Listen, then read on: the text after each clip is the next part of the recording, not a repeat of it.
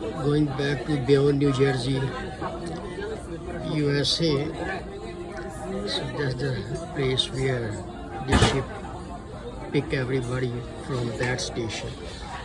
Then they pick up from Orlando and went to Nassau, Bahamas. Now is going back tomorrow and tomorrow night, day after tomorrow morning.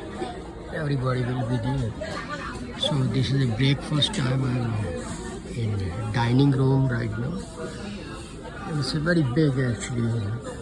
At least 500 people can sit, and there is maybe 100 different variety of food. It's a buffet, but people still bring water, juice, or whatever you need, coffee, tea.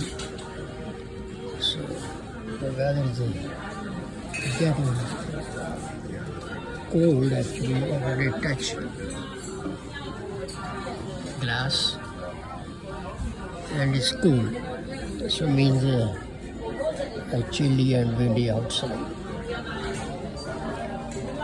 Everywhere is then the buffet right there. All over. So